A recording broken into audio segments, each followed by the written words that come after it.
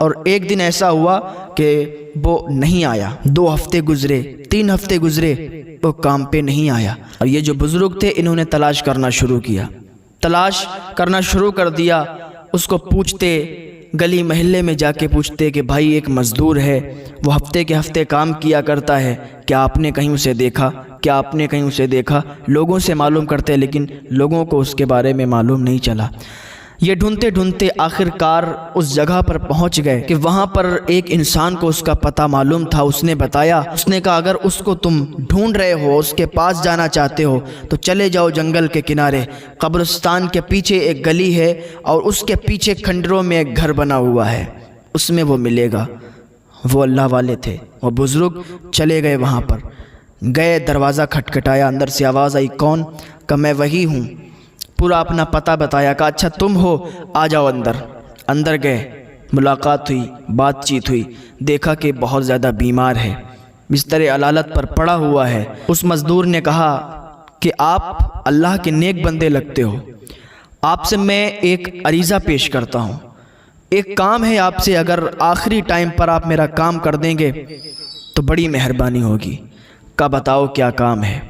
کا کام بس اتنا ہے کہ میرے پاس ایک انگوٹھی ہے اور میرے پاس یہ کچھ پیسے ہیں، یہ جو پیسے ہیں اس سے میرا کفن لانا، اور یہ انگوٹھی ہے یہ بادشاہ ہارون رشید کے پاس پہنچا دینا۔ جب اتنا سنا کہ بھائی ایسی کیوں بات کر رہے ہو؟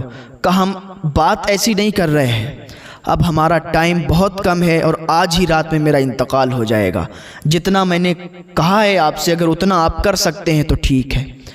کہا میں آپ کے لیے اتنا کر سکتا ہوں۔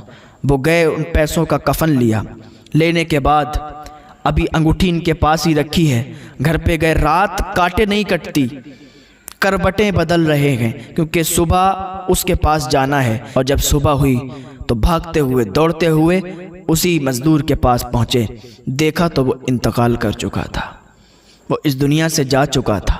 آپ نے اس کو کفن پہنایا، نہلایا دھلایا، کفن پہنا کے اس کو دفن کر دیا، اس کی قبر تیار کر کے اس کو دفن کر دیا گیا۔ اب انہوں نے دیکھا کہ انگوٹھی دی ہے، سونے کی انگوٹھی ہے۔ کہا یہ مزدور انسان، اس کے پاس سونے کی انگوٹھی کیسے؟ کہا چلو بہرحال اس نے تو بتایا نہیں کہ یہ کون ہے۔ گئے بادشاہ ہارون رشید کے پاس، اور اس نے بتایا تھا کہ جب تم بادشاہ ہارون رشید کے پاس پہنچو گے اور اگر تم یہ کہہ دو گے کہ اس کی امانت ہے تمہارے پاس، وہ تم سے بات کرے گا، تمہیں بٹھا کے پوچھے گا کہ کیا امانت ہے، تب تم یہ انگوٹھی اسے دے دینا۔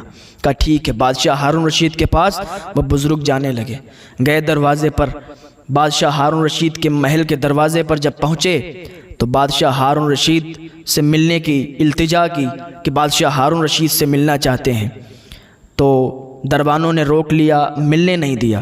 پھر کہا جاؤ اتنا کہہ دو کہ ان کی امانت ہے میرے پاس اور وہ امانت دینے کے لیے ہم آئے ہیں۔ بادشاہ ہارون رشید نے جب اتنا سنا بھاگتے ہوئے آئے اور ایک کونے میں لے گئے۔ کہا بتاؤ کیا امانت ہے؟ کہا آپ کو یہ ایک انگوٹھی ہے، اس کو دینے کے لیے ایک مزدور انسان نے کہا ہے۔ کہا انگوٹھی دیکھی تو تڑپ گیا، کہا یہ انگوٹھی والا کہاں ہے؟ انگوٹھی تو اس نے بھجوا دی پر یہ انگوٹھی والا کہاں ہے؟ کہا انگوٹھی والے کا انتقال ہو گیا ہے۔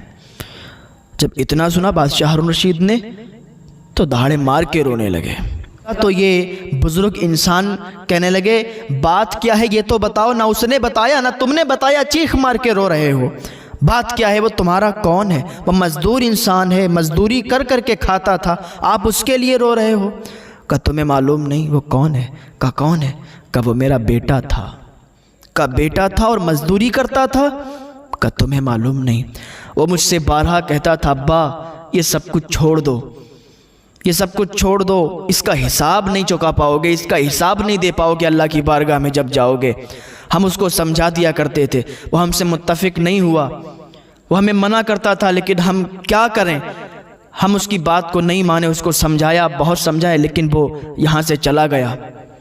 وہ ایک پیر کا مرید تھا، ان کے پاس بیٹھا کرتا تھا، ان کی اچھی اچھی باتیں سنا کرتا تھا، بس اللہ کا ایسا خوف اس کے اندر آیا کہ اس نے سب کچھ چھوڑ دیا اور جنگلوں میں نکل گیا، عبادت کرتا رہا، لوگوں کی مزدوری کر کر کے اپنا گزارا کرتا تھا، حالانکہ وہ میرا بیٹا تھا، مجھ سے بھی کہا کرتا تھا، لیکن آج وہ اس دنیا سے چلا گیا ہے۔ تو کہنا بس یہی چاہتے ہیں کہ دنیا میں کسی کو رہنا نہیں ہے، دنیا سے ایک نہ ایک دن سب کو جانا ہے، بس آخرت کی تیاری کر لو۔ اللہ رب العزت ہمیں گناہوں سے بچنے کی توفیق عطا فرمائے، اللہ ہمیں نیک عمل کی توفیق عطا فرمائے۔